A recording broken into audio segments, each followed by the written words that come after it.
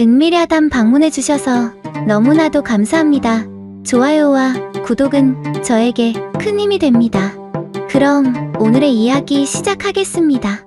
조선의 하늘은 그날도 맑디 맑았습니다. 한양에서도 손꼽히는 명망 높은 양반가 그 담장 안에는 윤씨 부인의 한숨이 깊게 서려 있었지요. 바람이 불 때마다 뜰 안에 매와 가지가 흔들리며 꽃잎을 떨구었는데 그 모습이 마치 윤씨 부인의 눈물처럼 여겨졌습니다. 창가에 홀로 앉은 윤씨 부인의 얼굴은 창백했으나 그 모습은 여전히 고고하고 아름다웠습니다. 흑색 치마 저고리는 그 아름다움을 더욱 도드라지게 했지요. 윤씨 부인은 혼인한 지 단 석년 만에 남편을 잃고 젊은 과부가 되었습니다. 23 꽃다운 나이에 검은 상복을 입고 세상과 단절된 삶을 살게 된 것이었죠. 조선 시대의 과부의 삶이란 산 사람이라고 하기엔 너무도 많은 것이 금지되었습니다. 화려한 옷은 물론이요.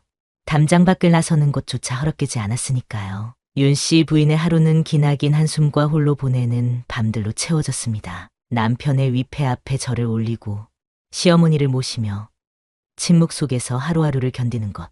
그것이 과부로서의 그녀의 삶이었습니다. 마님, 식사를 들지 않으시면 몸이 상하십니다. 날이 저물 무렵 나이 지긋한 몸종 춘섭이 조심스레 윤씨 부인의 방문을 열었습니다. 윤씨 부인은 창가에 앉아 멍하니 바깥을 바라보고 있었죠. 검은 댕기로 단정하게 묶은 머리카락이 저녁 노을에 반짝였습니다. 배고프지 않다. 나가거라. 윤씨 부인의 목소리는 차가웠습니다. 그렇게 하루가 또 저물어 갔지요. 윤씨 부인의 방에는 등불 하나만 외롭게 빛났고 그 불빛 속에서 윤씨 부인의 그림자는 더욱 쓸쓸해 보였습니다. 남편님, 오늘도 저는 이렇게 살아있습니다. 하지만 가슴은 이미 죽은 것 같습니다. 말을 마치자 한 줄기 눈물이 뺨을 타고 흘러내렸지요. 윤씨 부인은 또 한 번의 긴긴 밤을 홀로 보냈습니다. 밖에서는 귀뚜라미 울음소리가 들려왔고 담장 너머로 보이는 달빛만이 그녀의 유일한 친구였습니다. 이튿날 아침 윤씨 부인의 시어머니가 불쑥 찾아왔습니다. 시어머니의 주름진 얼굴에는 걱정이 가득했지요. 얘야, 집안에 머슴 하나가 필요하구나. 늙은 몸종들만으로는 집안일을 제대로 할 수 없으니 말이다. 네가 먹고 사는데 지장 없도록 집안을 단단히 꾸려야 하지 않겠느냐. 윤씨 부인은 고개를 끄덕였습니다. 시어머니의 말씀에 거스를 이유가 없었으니까요. 어머님 뜻대로 하시지요. 저는 어머님 말씀을 따를 뿐입니다. 그리고 그날 오후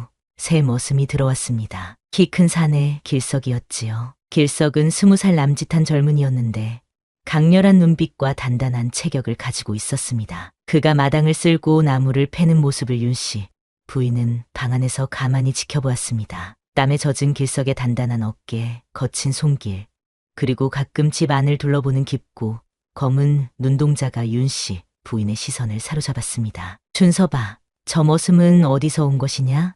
얼굴이 낯설구나. 길석이라고 합니다. 남쪽에서 올라왔다 하더군요. 일도 제법 잘한다고 하여 어머님께서 데려오셨습니다. 젊은 사내라 힘든 일도 거뜬히 해낸다고 하지요. 윤씨 부인의 마음속에 작은 호기심이 일었습니다. 붉은 땀방울이 흘러내리는 길석의 이마와 햇살 아래 빛나는 그의 구릿빛 피부, 그리고 무엇보다 깊고 검은 눈동자가 자꾸만 머릿속에 맴돌았습니다. 그것은 오랫동안 잊고 있던 감정, 심장이 빠르게 뛰는 그런 감정이었습니다. 아니, 돼요. 난 과부일 뿐인데 왜 이 아이를 볼 때마다 가슴이 뛰는 것인가? 윤씨 부인은 고개를 저었지만 그날 밤 그녀는 처음으로 남편이 아닌 다른 사내의 얼굴을 떠올리며 잠이 들었습니다. 달빛이 방 안에 스며들었고 그 은은한 빛 속에서 윤씨 부인의 가슴에는 금지된 씨앗이 싹트기 시작했습니다. 이것이 그들의 이야기의 시작이었지요. 윤씨 부인은 늘 담장 안에서만 살아왔습니다. 붉은 대문 너머의 세상은 그녀에게 닿을 수 없는 곳이었지요. 하지만 길석이 들어온 후 그녀의 일상에 작은 변화가 생겼습니다. 아침이면 창문 너머로 마당을 쓰는 길석의 모습을 바라보게 되었고 낮에는 그가 일하는 소리에 귀 기울이게 되었죠. 햇빛 아래 구릿빛으로 빛나는 길석의 모습은 윤씨 부인의 눈에 새로운 풍경처럼 다가왔습니다. 길석아, 물동이를 좀 옮겨라. 시어머니의 명령에 길석은 언제나 공손히 고개를 숙이며 대답했습니다. 네, 마님. 소인이 즉시 옮기겠습니다. 그의 목소리는 낮고 깊었으며 그가 몸을 굽혀 무거운 물동이를 들어 올릴 때마다 윤씨 부인은 자신도 모르게 입술을 깨물곤 했지요. 물동이를 나르는 길석의 팔에 힘줄이 돋아나는 모습은 마치 소나무 가지처럼 강인해 보였습니다. 윤 씨 부인은 점점 더 자주 창가에 앉아 길석이 일하는 모습을 지켜보았습니다. 그리고 그 역시 마님이 자신을 유독 눈여겨보고 있음을 느꼈지요. 마님께서 창가에 오래 앉아 계시옵니다. 몸이 편찮으신 게 아닌지요? 어느 날 춘섭이 조심스레 물었습니다. 윤 씨 부인은 흠칫 놀라 고개를 돌렸지요. 아니다. 그저 마당에 꽃이 피어나는 모습이 아름다워 바라보고 있었을 뿐이다. 하지만 그녀의 눈길이 향한 곳에는 꽃이 아닌 장작을 패고 있는 길석이 있었습니다. 춘섭은 그저 고개를 숙이고 물러났지만 마음속으로는 뭔가 달라진 마님의 모습에 의아함을 느꼈습니다. 어느 봄날 오후 윤 씨 부인은 뜰 안의 매화나무 아래서 자수를 놓고 있었습니다. 바람이 불어 나뭇가지가 흔들릴 때마다 하얀 꽃이 피 그녀의 검은 머리카락 위로 내려앉았지요. 그때 마당 반대편에서 길석이 우물가에서 물을 깃고 있었습니다. 아이고. 갑자기 윤 씨 부인의 비녀가 바람에 날려 땅에 떨어졌습니다. 은으로 만든 비녀가 마당 한가운데로 굴러갔지요. 윤 씨 부인이 놀라 일어서려는 순간 길석이 먼저 비녀를 발견하고 달려왔습니다. 마님, 여기 있습니다. 길석이 공손히 무릎을 꿇고 비녀를 들어 올렸습니다. 윤 씨 부인이 손을 뻗는 순간 그들의 손끝이 우연히 닿았지요. 찰나의 순간이었지만 윤 씨 부인은 온몸이 뜨거워지는 것을 느꼈습니다. 마치 한여름 떼약볕 아래 서 있는 것처럼 얼굴이 달아올랐고 가슴은 빠르게 뛰었습니다. 고맙다, 길석아. 윤 씨 부인의 목소리는 떨렸고 길석의 눈빛은 평소보다 깊어 보였습니다. 둘 사이에 이상한 긴장감이 흘렀지요. 길석은 고개를 깊이 숙이고 물러났지만 그의 귓가는 붉게 물들어 있었습니다. 머슴에게 이런 감정을 가져서는 안 된다. 절대로. 윤 씨 부인은 스스로에게 다짐했지만 그날 밤 그녀는 이상하게도 잠을 이룰 수 없었습니다. 방 안에 켜진 등불빛이 흔들릴 때마다 그녀의 마음도 함께 흔들렸지요. 창밖으로 보이는 달은 예전보다 더 밝아 보였고 바람 소리는 마치 누군가의 속삭임처럼 들렸습니다. 다음 날부터 윤 씨 부인과 길석은 서로의 시선을 피하려 노력했습니다. 하지만 좁은 집 안에서 그들은 자주 마주칠 수밖에 없었지요. 우물가에서 장독대 앞에서 마당을 가로지르며 그들은 스치듯 지나갔고 그때마다 윤 씨 부인의 심장은 요동쳤습니다. 마님, 나무를 더 팰까요? 그래라. 날이 쌀쌀해질 테니 많이 준비해 두어라. 짧은 대화 속에서도 서로의 목소리에 귀 기울이게 되었습니다. 윤 씨 부인은 점점 더 자주 마당으로 나가게 되었고 길석은 필요 이상으로 집 안의 일을 찾아 하게 되었지요. 사람들의 눈을 피해 이루어지는 그들의 짧은 만남은 봄비처럼 윤 씨 부인의 메마른 가슴을 촉촉이 적셨습니다. 저희는 마님께 무엇이라도 해드리고 싶습니다. 어느 날 길석이 조심스레 말했습니다. 그의 목소리는 진심이 담겨 있었지요.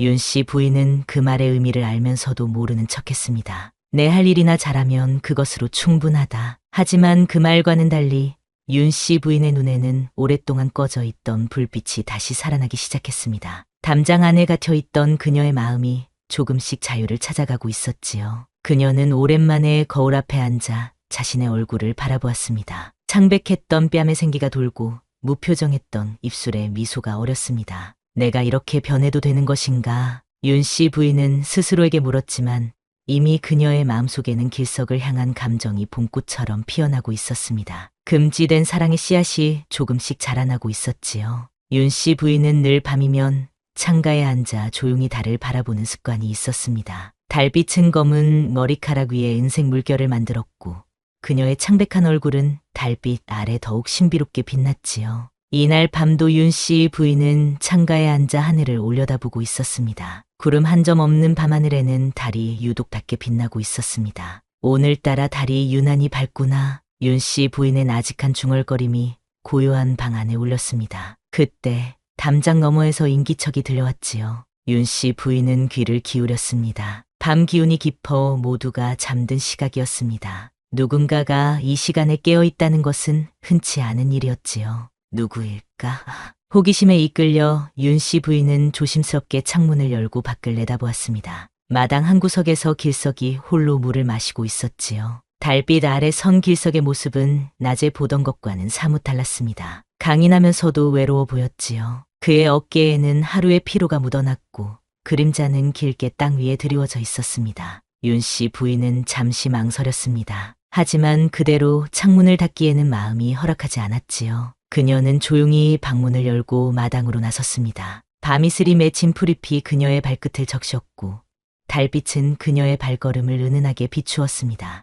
길서가. 갑작스러운 윤 씨 부인의 목소리에 길석은 흠칫 놀랐습니다. 그는 급히 고개를 숙이며 예를 갖추었지요. 마님, 이 늦은 시각에 어찌 나오셨습니까? 왜 아직 안 자고 있느냐? 윤 씨 부인의 목소리는 부드러웠습니다. 평소에 차가운 어조가 아니었지요. 길석은 잠시 망설이다 조심스레 대답했습니다. 잠이 오지 않아 마당에 나와 있었습니다. 마님께서도 잠을 이루지 못하셨습니까? 윤 씨 부인은 대답 대신 한숨을 내쉬었습니다. 둘 사이에는 아슬아슬한 긴장감이 흘렀지요. 달빛 아래 마주 선 그들의 모습은 마치 한 폭의 그림처럼 아름다웠습니다. 가끔은 밤이 너무 길게 느껴진다. 윤 씨 부인의 말에 길석은 조심스레 고개를 들어 그녀를 바라보았습니다. 달빛에 물든 윤 씨 부인의 얼굴은 평소보다 더 창백했지만 눈동자는 이상하게 빛나고 있었지요. 조인도 그러합니다. 밤이 너무 길고 외롭습니다. 그 말에 윤 씨 부인의 마음이 흔들렸습니다. 그녀도 알고 있었습니다. 이 대화가 평범한 주인과 머슴 사이의 것이 아님을. 하지만 그녀는 더 이상 자신의 마음을 억누를 수 없었지요. 길서가, 넌 어디서 왔느냐? 저희는 남쪽 마을에서 왔습니다. 부모님은 일찍 돌아가시고 혼자 살아왔지요. 그래서 그런지 내 눈빛이 외로워 보였구나. 윤 씨 부인의 말에 길석은 놀란 듯 고개를 들었습니다. 그들의 눈이 마주쳤고 그 순간 무언가가 통했지요. 서로의 외로움을 알아본 것인지도 모릅니다. 마님, 길석이 한 걸음 다가섰습니다. 윤 씨 부인은 물러서지 않았지요. 그들 사이의 거리가 점점 좁혀졌고 달빛은 그 모습을 조용히 지켜보았습니다. 이러면 안 됩니다. 소희는 그저 머슴일 뿐입니다. 길석의 목소리는 떨렸지만 그의 눈빛은 확고했습니다. 윤 씨 부인은 그의 손을 잡았지요. 거칠고 굳은 살이 박인 손이었지만 그녀에게는 그것이 오히려 더 따뜻하게 느껴졌습니다. 오늘 밤만큼은 난 과부도 너는 머슴도 아니길 바란다. 그리고 그날 밤 윤 씨 부인은 선을 넘고 말았습니다. 달빛 아래 두 사람의 그림자가 하나로 겹쳐졌고 바람에 날리는 버드잎처럼 부드러운 손길이 서로를 감쌌지요. 길석의 입술은 봄날의 꽃잎처럼 부드러웠고 윤 씨 부인의 숨결은 여름날의 산들바람처럼 따뜻했습니다. 마님, 길석의 속삭임이 밤 공기를 타고 흘렀습니다. 윤 씨 부인은 그의 품에 안겨 오랜만에 안정감을 느꼈지요. 그의 가슴은 단단한 성벽처럼 그녀를 지켜주는 것 같았습니다. 오늘 밤만큼은 내 이름을 불러다오. 윤 씨 부인의 요청에 길석은 잠시 망설였지만 이내 그녀의 귓가에 속삭였습니다. 연희. 윤 씨 부인의 이름이 길석의 입술을 통해 밤하늘로 퍼져나갔습니다. 그 순간 그녀는 자신이 오랫동안 잊고 있던 감정을 다시 찾은 것 같았지요. 살아있다는 느낌, 누군가에게 소중한 존재라는 느낌. 그들은 밤이 깊어가는 줄도 모르고 서로의 손을 잡고 이야기를 나누었습니다. 길석은 자신의 어린 시절 이야기를, 윤 씨 부인은 시집 오기 전 고향의 추억을 나누었지요. 그렇게 서로의 마음속에 감춰두었던 이야기들이 달빛 아래 하나둘 피어났습니다. 날이 밝기 전에 돌아가야 해. 윤 씨 부인은 아쉬움을 감추지 못했지만 현실을 알고 있었습니다. 그들의 만남은 밤의 어둠 속에서만 허락된 것이었지요. 내일 밤에도 여기서 만날 수 있을까요? 길석의 조심스러운 질문에 윤 씨 부인은 잠시 망설였습니다. 하지만 이미 그녀의 마음은 결정되어 있었지요. 그래, 내일 밤 이 자리에서. 그렇게 그들의 비밀스러운 만남이 시작되었습니다. 집안의 모든 사람들이 잠든 후 달빛 아래 두 사람은 서로에게 위로와 사랑을 나누었지요. 윤 씨 부인은 처음으로 세상의 시선 따위 신경 쓰지 않는 자유를 느꼈습니다. 그리고 길석은 태어나서 처음으로 자신이 소중한 존재라는 것을 깨달았습니다. 그날 이후 윤 씨 부인과 길석은 매일 밤 몰래 마주했습니다. 달이 떠오르는 시간이면 두 사람은 정원 뒤편 은행나무 아래에서 만났지요. 윤 씨 부인은 처음으로 세상의 시선 따위 신경 쓰지 않는 자유를 느꼈습니다. 길석의 품 안에서 그녀는 과부가 아닌 한 명의 여인으로 존재할 수 있었지요. 연희님, 오늘은 달이 유난히 밝습니다. 길석은 윤 씨 부인의 이름을 부를 때마다 가슴이 떨렸습니다. 그것은 금지된 호칭이었으니까요. 하지만 윤 씨 부인은 그의 입에서 자신의 이름이 불릴 때면 온몸의 전율이 일었습니다. 길석아, 네가 내 곁에 있어 달도 더 밝게 빛나는 것 같구나. 윤 씨 부인의 말에 길석은 수줍게 미소 지었습니다. 그들은 밤하늘의 별을 세며 이야기를 나누었고 가끔은 그저 서로의 숨결을 느끼며 침묵 속에 머물기도 했지요. 그 침묵은 어색하지 않았습니다. 오히려 그 어떤 말보다 깊은 이해와 사랑이 담겨 있었지요. 하지만 세상은 그들을 가만두지 않았습니다. 집안의 노복들 사이에서 수군거림이 시작되었지요. 요즘 마님이 이상해. 마당을 자주 서성이잖아. 부엌에서 일하던 몸종 매화가 춘섭에게 속삭였습니다. 춘섭은 한숨을 내쉬며 대답했지요. 입 조심하게. 마님 일에 참견했다가는 우리 모두 쫓겨날 수 있어. 하지만 매화는 멈추지 않았습니다. 머슴 길석이 자꾸 마님 근처에서 얼쩡거린다더라. 어제도 마님의 방 근처에서 보았다는데 소문은 삽시간에 퍼졌습니다. 처음에는 집안의 노복들 사이에서만 돌던 이야기가 점차 이웃집 하인들에게도 전해졌고 결국은 양반가의 귀에까지 들어갔지요. 윤 씨 부인은 낮에는 평소와 같이 행동하려 노력했습니다. 하지만 그녀의 눈빛에 깃든 생기와 입가에 머무는 미소는 감출 수 없었지요. 길석 역시 일을 할 때면 더욱 힘이 넘쳤고 흙을 파거나 나무를 패는 일도 마치 즐거운 놀이처럼 여겼습니다. 길석이 요즘 왜 저리 신이 났는지 노복들의 수군거림을 들으며 길석은 그저 웃음을 감추었습니다. 그의 가슴 속에는 누구에게도 말할 수 없는 비밀이 있었으니까요. 밤이면 그는 양반가의 며느리와 달빛 아래 사랑을 나누었습니다. 그것은 세상의 이치에 어긋나는 일이었지만 그들에게는 그 어떤 이치보다 소중한 진실이었지요. 그러던 어느 날 윤 씨 부인의 방에 갑작스러운 손님이 찾아왔습니다.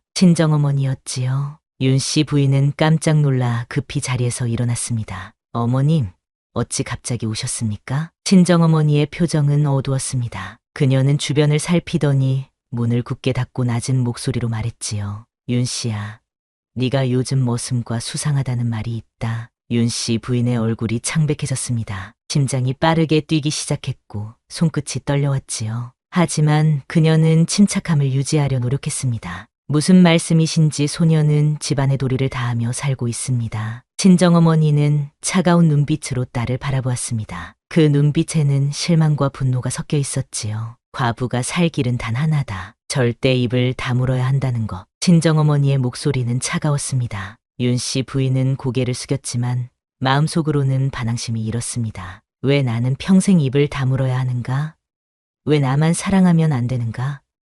하지만 그녀는 그 생각을 말로 꺼내지 못했지요. 내일 더 이상의 구설수가 나돌지 않도록 그 머슴을 내보내라. 그렇지 않으면 내 시어머니께 직접 말씀드리겠다. 친정어머니의 마지막 경고였습니다. 윤 씨 부인은 그저 고개를 끄덕일 뿐이었지요. 어머니가 떠난 후 그녀는 오랫동안 창가에 앉아 하늘을 바라보았습니다. 눈물이 하염없이 흘러내렸지만 소리내어 울지는 않았습니다. 과부의 울음소리조차 세상은 허락하지 않을 테니까요. 그날 밤 윤 씨 부인은 평소보다 일찍 정원으로 나왔습니다. 길석은 그녀의 모습을 보자마자 무언가 잘못되었음을 직감했지요. 연희님, 무슨 일이 있으셨습니까? 윤 씨 부인은 길석의 손을 꼭 잡았습니다. 그의 거친 손바닥 위로 그녀의 눈물이 떨어졌지요. 길석아, 우리 이제 만날 수 없게 되었다. 길석의 얼굴이 굳어졌습니다. 그는 이미 예상하고 있었는지도 모릅니다. 그들의 사랑이 오래갈 수 없다는 것을, 언젠가는 들킬 수밖에 없다는 것을. 초인 때문에 마님께 누가 될까 두려웠습니다. 하지만 마님을 포기할 수가 없었습니다. 그의 목소리는 떨렸습니다. 윤 씨 부인은 그의 얼굴을 부드럽게 쓰다듬었지요. 나도 그래. 네가 내 곁에 있어 비로소 살아있음을 느꼈단다. 그들은 서로를 바라보았습니다. 달빛 아래 비치는 서로의 모습은 그 어느 때보다 아름다웠지요. 하지만 그들은 알고 있었습니다. 이것이 마지막일지도 모른다는 것을. 길석아, 내일 너는 이 집을 떠나야 해. 윤 씨 부인의 말에 길석은 침묵했습니다. 그는 이미 그것이 최선임을 알고 있었지요. 하지만 그렇게 쉽게 포기할 수는 없었습니다. 마님, 저와 함께 이 집을 떠나시지 않겠습니까? 갑작스러운 제안에 윤 씨 부인은 놀랐습니다. 하지만 그녀의 마음 한구석에서는 이미 그런 생각을 하고 있었는지도 모릅니다. 이 담장을 넘어 자유롭게 살아가는 꿈을, 길석과 함께 새로운 삶을 시작하는 꿈을. 그럴 수 있을까? 윤 씨 부인의 가슴은 희망과 두려움으로 가득 찼습니다. 그녀는 알고 있었습니다. 이 사랑이 끝내 자신을 파멸로 이끌 것이라는 것을. 하지만 그 파멸조차 길석과 함께라면 달콤하게 느껴졌지요. 윤 씨 부인은 이제 알았습니다. 이 사랑이 들키는 순간 그녀는 모든 것을 잃을 것이라는 것을. 가문의 명예, 시어머니의 신뢰, 그리고 남편의 제사를 지킬 권리까지 모든 것이 물거품처럼 사라질 것이었습니다. 하지만 길석과의 밤을 포기할 수도 없었지요. 그것은 마치 숨을 포기하는 것과 같았으니까요. 그녀는 하룻밤 내내 생각에 잠겼습니다. 창밖으로 보이는 별들은 마치 그녀의 혼란스러운 마음처럼 흩어져 있었지요. 새벽녘, 윤 씨 부인은 결심했습니다. 이 집을 떠나자. 우리 둘만의 세상으로 가자. 아침이 밝아오자 윤 씨 부인은 평소와 다름없이 행동했습니다. 머리를 단정히 빗고 검은 치마 저고리를 갖춰 입었지요. 하지만 그녀의 가슴 속에는 불꽃 같은 결심이 타오르고 있었습니다. 시어머니를 뵙고 일상적인 안부를 나눈 후 그녀는 자신의 방으로 돌아와 작은 보퉁이를 꾸렸습니다. 친정에서 가져온 몇 개의 폐물과 필요한 옷가지만을 담았지요. 이것으로 새로운 삶을 시작할 수 있을 거야. 윤 씨 부인의 속삭임은 그 누구에게도 들리지 않았습니다. 그녀는 보퉁이를 이불 밑에 숨기고 저녁을 기다렸습니다. 해가 지고 달이 떠오르면 그들은 이 집을 떠날 것이었지요. 한편 길석도 자신의 짐을 꾸리고 있었습니다. 그에게는 가진 것이 많지 않았습니다. 몇 벌의 옷과 일하면서 모은 얼마 안 되는 돈이 전부였지요. 하지만 그것으로 충분했습니다. 그는 남쪽으로 내려가 작은 농사를 지으며 살아갈 계획을 세웠고 윤 씨 부인과 함께라면 그 어떤 어려움도 이겨낼 수 있으리라 믿었습니다. 길서가 오늘 밤 서쪽 담장 너머에서 기다리겠다. 낮에 물동이를 나르면서 윤 씨 부인이 스치듯 전한 말에 길석은 고개를 끄덕였습니다. 그들의 계획은 간단했습니다. 모두가 잠든 밤중에 윤 씨 부인이 담장을 넘어 길석을 만나고 함께 멀리 떠나는 것이었지요. 해가 지고 달이 떠오르기 시작했습니다. 윤 씨 부인은 시어머니께 무난 인사를 올리고 자신의 방으로 돌아왔습니다. 몸종 춘섭에게는 일찍 잠들겠다며 물러가라 했지요. 방 안에 홀로 남은 윤 씨 부인은 창문을 열고 밖을 내다보았습니다. 달은 구름에 가려 희미하게 빛났고 바람은 차갑게 불어왔습니다. 과연 이 길이 옳은 것일까? 윤 씨 부인의 마음에 잠시 망설임이 찾아왔습니다. 조상님께 죄를 짓는 것은 아닌지, 남편의 영혼을 저버리는 것은 아닌지 염려가 되었지요. 하지만 그녀는 이미 알고 있었습니다. 자신의 가슴에 피어난 사랑은 그 어떤 돌이보다 강하다는 것을.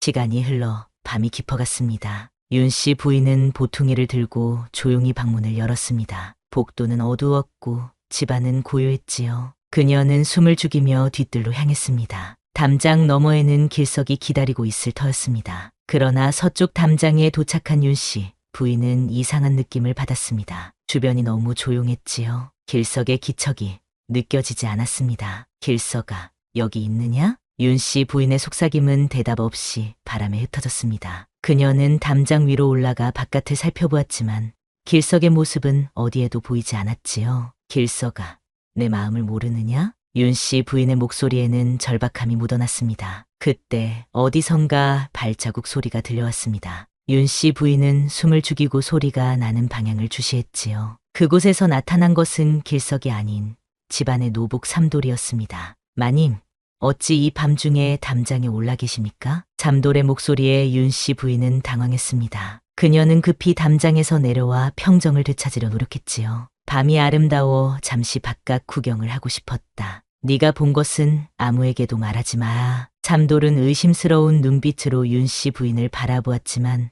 더 이상 묻지 않고 고개를 숙였습니다. 윤 씨 부인은 어쩔 수 없이 자신의 방으로 돌아왔지요. 길석은 어디에 있는 것일까? 약속을 어긴 것일까? 아니면 무슨 일이 생긴 것일까? 그녀의 마음은 불안으로 가득 찼습니다. 밤이 더 깊어질 때까지 윤 씨 부인은 창가에 앉아 길석의 모습을 기다렸습니다. 하지만 그는 끝내 나타나지 않았지요. 새벽녘, 윤 씨 부인은 지친 몸을 이불에 뉘었습니다. 눈을 감았지만 잠은 오지 않았지요. 아침이 밝아오자 집안이 소란스러워졌습니다. 윤 씨 부인이 급히 방문을 열었을 때 몸종 춘섭이 놀란 얼굴로 달려오고 있었습니다. 마님, 길석이 도망쳤습니다. 윤 씨 부인의 얼굴이 창백해졌습니다. 그녀는 제대로 서 있기조차 힘들었지만 최대한 담담한 척 물었지요. 무슨 말이냐?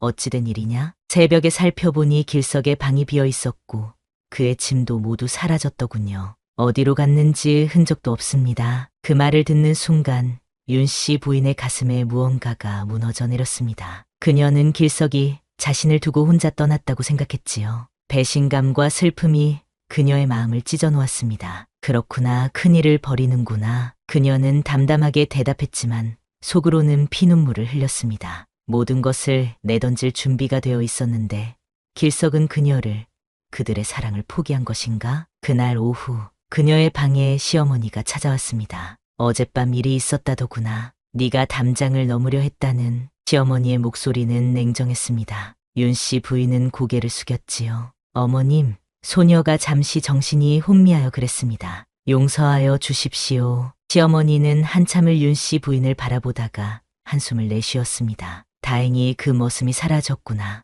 이제 더 이상의 구설수는 없을 것이다. 그 말에 윤 씨 부인은 고개를 들었습니다. 시어머니의 눈빛에는 그녀가 모르는 무언가가 담겨 있었지요. 어머님, 길석이 어디로 간 것입니까? 시어머니는 쓴웃음을 지었습니다. 알 필요 없다. 다만 그 아이는 내 곁에 있어서는 안 될 사람이었다. 시어머니의 말에 윤 씨 부인은 더 이상 물을 수 없었습니다. 그녀는 그저 고개를 숙이고 눈물을 참았지요. 그때 길석이 힘겹게 했던 말이 떠올랐습니다. 마님, 사실 저는 머슴이 아닙니다. 그것은 무슨 뜻이었을까?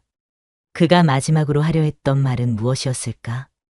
윤 씨 부인의 마음은 의문으로 가득 찼습니다. 길석은 사라졌습니다. 아무런 흔적도 작별 인사도 없이 그는 달빛 아래 연기처럼 사라져버렸지요. 윤 씨 부인의 가슴에는 큰 구멍이 생긴 것 같았습니다. 아침에 일어나도 저녁에 잠들기 전에도 그녀의 마음 한구석에는 길석을 향한 그리움이 자리 잡고 있었지요. 마님, 차라도 한 잔 드시지요. 며칠째 제대로 드시지 않으셨습니다. 춘섭의 걱정 어린 목소리에 윤 씨 부인은 고개를 끄덕였습니다. 하지만 그녀의 눈빛은 여전히 멀리 어딘가를 바라보고 있었지요. 그녀의 마음은 이미 이 집을 떠나 길석을 찾아 헤매고 있었으니까요. 춘섭아, 네가 이 집에 오래 있었으니 알지도 모르겠구나. 길석이는 정말 그저 머슴이었더냐? 춘섭은 잠시 당황한 기색을 보였습니다. 그러나 이내 침착하게 대답했지요. 소인이 아는 바로는 그저 남쪽에서 온 젊은 머슴이었을 뿐입니다만 어찌 모르시는 거죠? 윤 씨 부인은 차를 한 모금 마시며 생각에 잠겼습니다. 길석이 마지막으로 했던 말이 자꾸 머릿속을 맴돌았지요.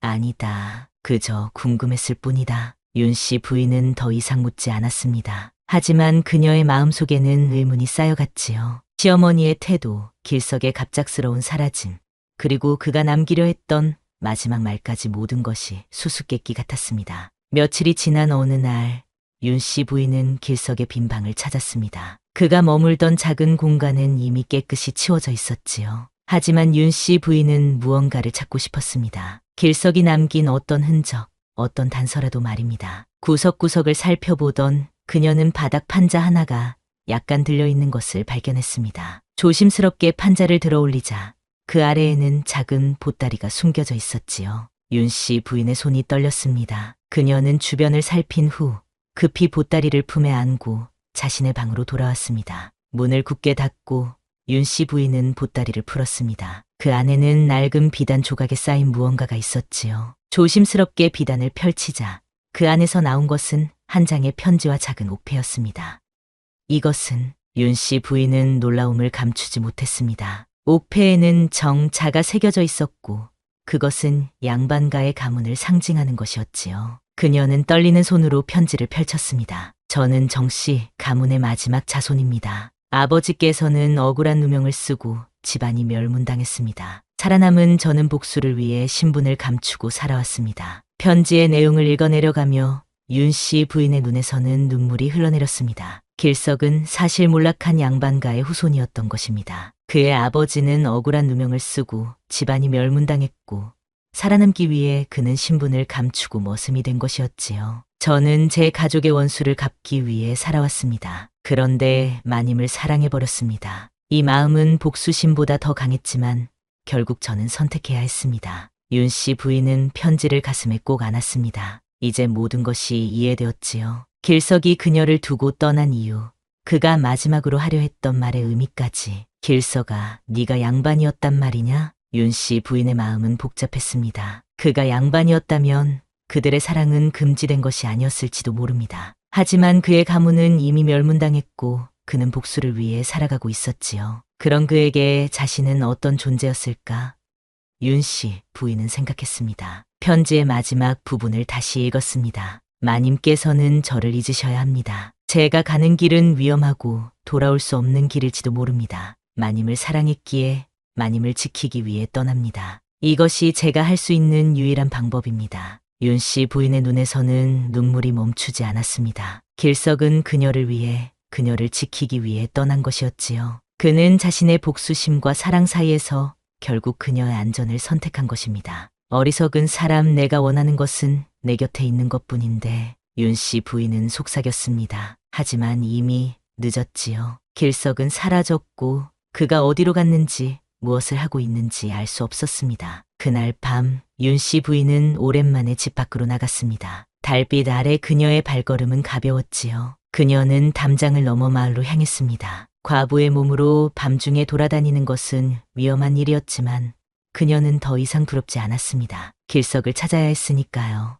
마을의 주막에서 윤 씨 부인은 수소문했습니다. 검은 천으로 얼굴을 가린 채 그녀는 젊은 사내에 대해 물었지요. 하지만 아무도 길석에 대해 아는 사람이 없었습니다. 그는 마치 이 세상에서 사라진 것처럼 보였지요. 밤이 깊어갈수록 윤 씨 부인의 희망은 점점 희미해졌습니다. 그녀는 결국 집으로 돌아왔지요. 담장을 넘어 자신의 방으로 들어가며 그녀는 길석이 자신을 떠난 이유를 이해했습니다. 그는 자신의 복수를 이루기 위해 그리고 그녀를 지키기 위해 다시는 돌아오지 않을 길을 택한 것이었습니다. 길석아, 넌 나를 두고 떠난 것이냐? 윤 씨 부인은 달을 바라보며 눈물을 흘렸습니다. 그날 이후 그녀는 매일 밤 달을 바라보며 길석을 생각했지요. 달은 그들의 사랑을 지켜본 유일한 증인이었으니까요. 세월이 흘러가도 윤 씨 부인의 마음속에서 길석의 모습은 지워지지 않았습니다. 그녀는 다시 과거의 삶으로 돌아갔지요. 검은 치마 저고리를 입고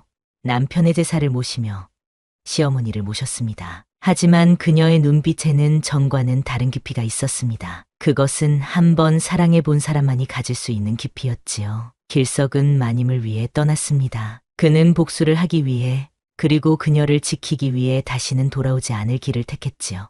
한양을 떠난 길석은 남쪽으로 향했습니다. 그곳에는 그의 스승이자 아버지의 옛 친구인 노선비가 응거하고 있었지요. 스승님, 돌아왔습니다. 길석은 깊은 산속 초가에 도착하여 무릎을 꿇고 절을 올렸습니다. 백발이 성성한 노선비는 길석의 얼굴을 한참 바라보더니 깊은 한숨을 내쉬었지요. 내 눈빛이 변했구나. 무슨 일이 있었느냐? 길석은 고개를 떨구고 모든 것을 털어놓았습니다. 윤 씨 부인과의 만남, 그들의 사랑, 그리고 그녀를 두고 떠나올 수밖에 없었던 이유까지. 노선비는 묵묵히 듣다가 천천히 입을 열었지요. 사랑과 복수, 둘 다 가슴을 불태우는 불꽃이다. 하지만 하나는 생명을 품고 다른 하나는 죽음을 향한다. 네가 어느 불꽃을 더 소중히 여기느냐에 따라 내 운명이 결정될 것이다. 길석은 깊은 생각에 빠졌습니다. 그의 가슴 속에는 두 가지 불꽃이 함께 타오르고 있었지요. 아버지의 원수를 갚고자 하는 불꽃과 윤 씨,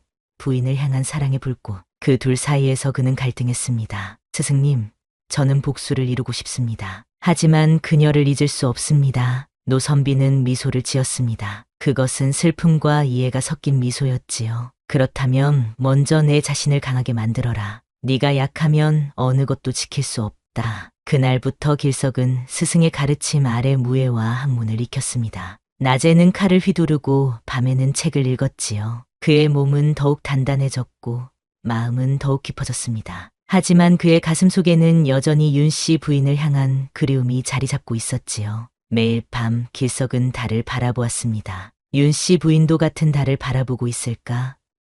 그는 그녀의 얼굴을 떠올리며 속삭였지요. 연희님, 잘 지내고 계십니까? 한편 윤 씨 부인은 길석의 흔적을 쫓았지만 결국 찾을 수 없었습니다. 그녀는 마을 사람들에게 몰래 물어보았고 인근 고을까지 소식을 보냈지만 길석의 행방은 오리무중이었지요. 어느 날 시어머니가 윤 씨 부인의 방을 찾아왔습니다. 그녀의 얼굴은 평소보다 더 엄숙해 보였지요. 윤 씨야, 네가 아직도 그 머슴을 잊지 못했다고 들었다. 윤 씨 부인은 놀라서 고개를 들었습니다. 그녀는 자신의 마음을 철저히 숨겼다고 생각했지만 시어머니의 눈을 피할 수는 없었나 봅니다. 어머님, 그게 무슨 말리지 않겠다. 이미 일은 지나갔고 너는 충분히 고통받았다. 시어머니의 뜻밖의 말에 윤 씨 부인은 말문이 막혔습니다. 시어머니는 탁자 위에 한 장의 편지를 올려놓았지요. 이것은 내가 얼마 전에 받은 편지다. 그 아이에 관한 소식이다. 윤 씨 부인의 손이 떨렸습니다. 그녀는 조심스럽게 편지를 펼쳤고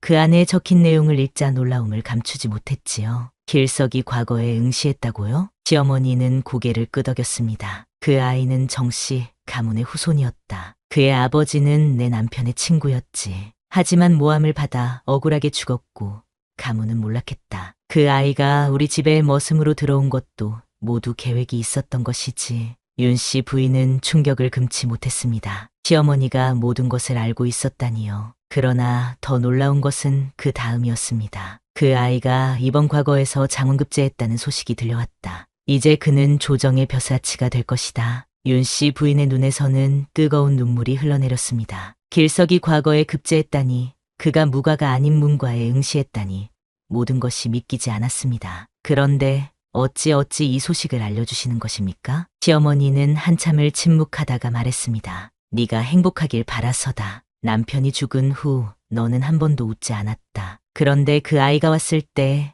내 눈에 다시 빛이 돌아왔지. 내가 과부의 도리를 너무 강조한 것이 오히려 널 괴롭힌 것은 아닌지 이제야 깨닫는구나. 윤 씨 부인은 시어머니의 손을 잡았습니다. 그녀의 손에서는 따뜻함이 느껴졌지요.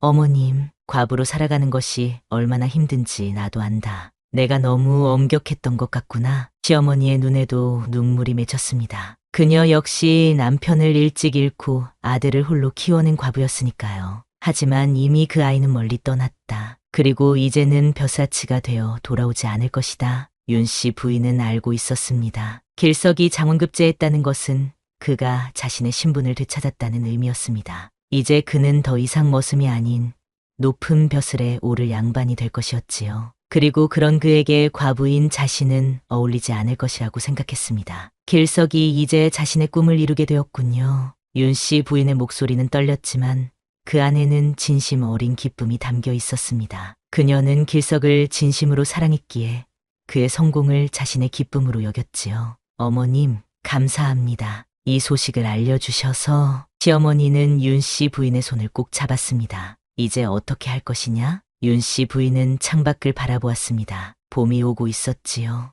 매화나무에는 작은 꽃봉오리가 맺히기 시작했고 새들은 활기차게 지저귀고 있었습니다. 저는 여기서 남편의 제사를 모시며 살아갈 것입니다. 그것이 제가 선택한 길이니까요.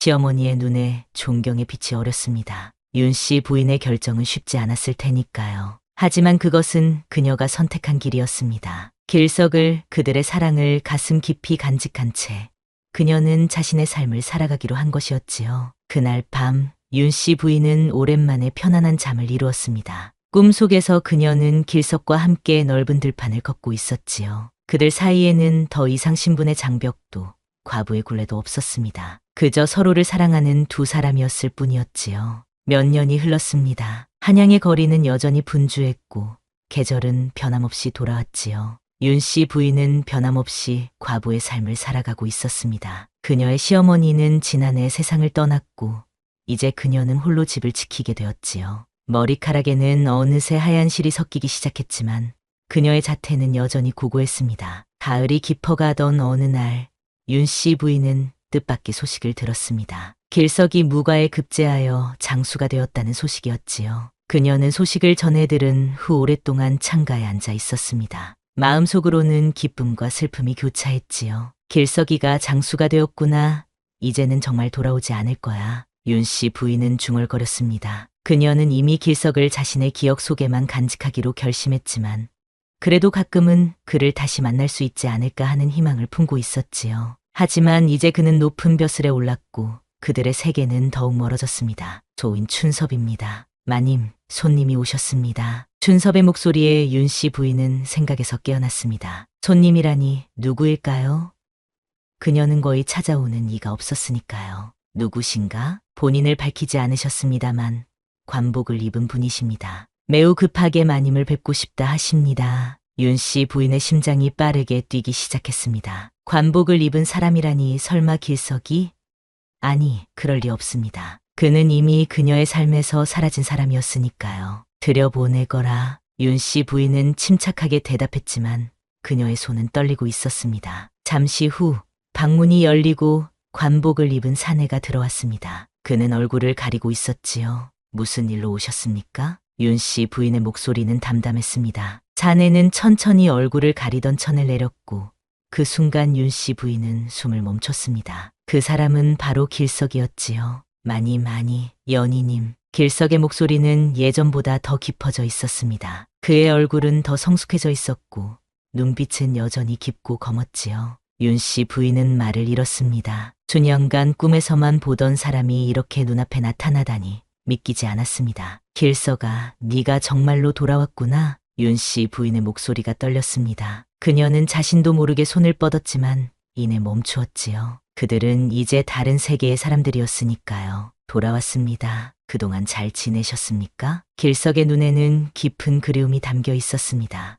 윤 씨 부인은 고개를 끄덕였지만 그녀의 눈에는 눈물이 고이기 시작했지요. 나는 변함없이 지냈다. 그런데 너는 네가 장수가 되었다는 소식을 들었구나. 길석은 쓴웃음을 지었습니다. 네, 무과에 급제하였습니다. 하지만 그것은 제가 진정으로 원하던 것이 아니었습니다. 윤 씨 부인은 의아한 표정으로 그를 바라보았습니다. 길석은 한숨을 내쉬며 계속 말했지요. 제가 떠난 이유는 복수를 위해서였습니다. 아버지의 원수를 갚기 위해 힘을 키워야 했지요. 하지만 스승님께서 말씀하셨습니다. 복수는 또 다른 복수를 낳을 뿐이라고. 그래서 저는 다른 길을 선택했습니다. 다른 길이라니? 네, 저는 원수를 갚는 대신 아버지의 명예를 회복하는 길을 택했습니다. 무과에 급제한 것도 그 때문이었습니다. 이제 저는 정씨 가문의 이름을 되찾았고 아버지의 누명도 벗겨냈습니다. 윤 씨 부인의 눈에서는 기쁨의 눈물이 흘렀습니다. 길석이 마침내 자신의 목표를 이루었다는 사실이 그녀를 기쁘게 했지요. 정말 다행이구나.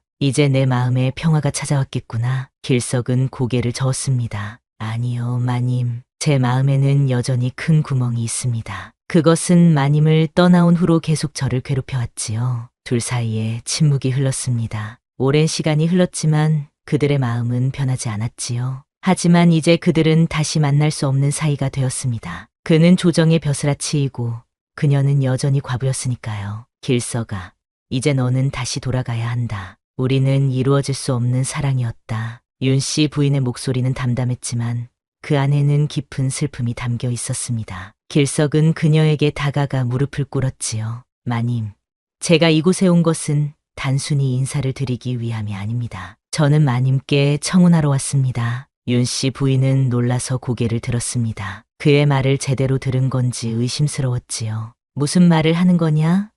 나는 과부이고 너는 이제 높은 벼슬에 오른 사람이다. 우리는 그것은 중요하지 않습니다. 제가 벼슬을 얻은 것도 가문의 명예를 회복한 것도 모두 마님께 돌아오기 위해서였습니다. 이제 저는 당당하게 마님을 아내로 맞이할 수 있는 위치에 올랐습니다. 윤 씨 부인은 믿기지 않았습니다. 길석이 모든 것을 그녀를 위해 한 것이라니.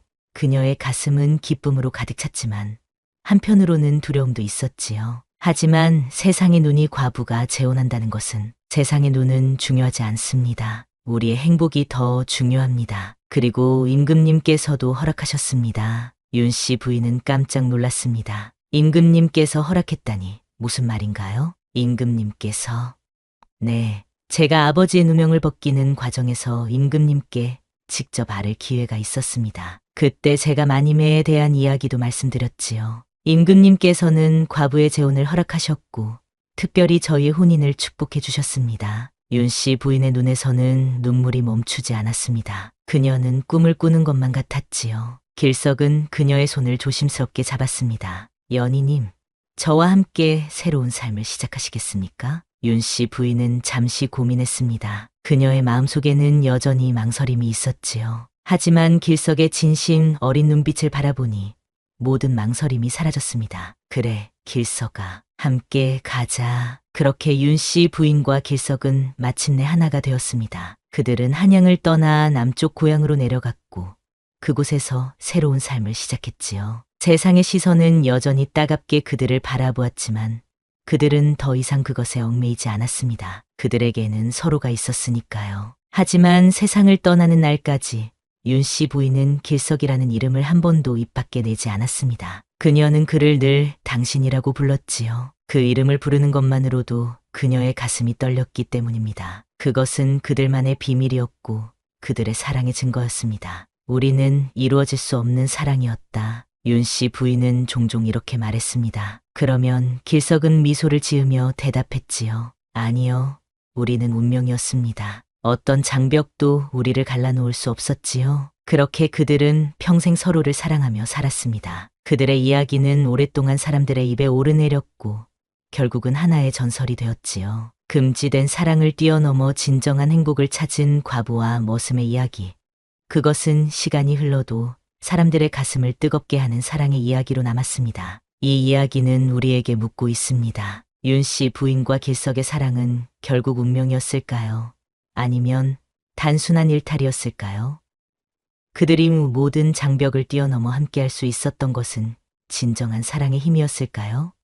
이것은 여러분이 대답해야 할 질문입니다. 사랑은 때로는 모든 규칙과 도리를 뛰어넘어 우리의 삶을 완전히 바꾸어 놓을 수 있는 강력한 힘을 가지고 있으니까요. 그들의 사랑이 일탈이었든 운명이었든 한 가지 분명한 것은 그들이 서로에게 진실했다는 점입니다. 그것이 바로 진정한 사랑의 모습이 아닐까요? 모든 어려움과 장벽 앞에서도 결코 변하지 않는 마음. 그것이 윤 씨 부인과 길석이 우리에게 전하는 메시지일 것입니다. 이제 이야기는 끝이 났습니다. 하지만 사랑에 관한 이야기는 결코 끝나지 않습니다. 그것은 시간과 공간을 초월하여 계속해서 우리의 가슴을 울리니까요. 윤 씨 부인과 길석의 이야기처럼 우리 모두의 가슴 속에는 누군가를 향한 진실한 마음이 살아 숨쉬고 있을 것입니다. 그 마음을 소중히 간직하는 것. 그것이 이 이야기가 우리에게 주는 가장 큰 선물이 아닐까 생각합니다.